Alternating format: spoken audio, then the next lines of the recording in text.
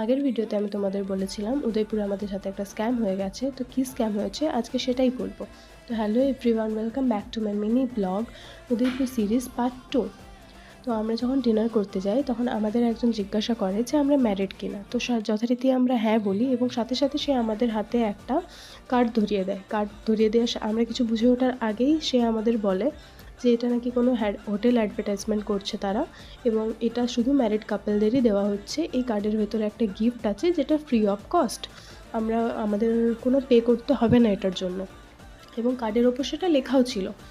তো যাই হোক, আমরা সেটা ওপেন করি। ওপেন করার পর আমাদের বেটার লাক নেক্সট টাইম আসে, এবং সেখান থেকে বেটার লাক নেক্সট টাইম আসার পর আমরা যখন সেখান থেকে বেরিয়ে আসতে চাই তখন সে আমাদের বলে আমি তোমাদের আরেকটা কার্ড চুজ করার অপশন দিচ্ছি, তোমরা আরেকটা কার্ড চুজ করো এবং সেটা খোলো।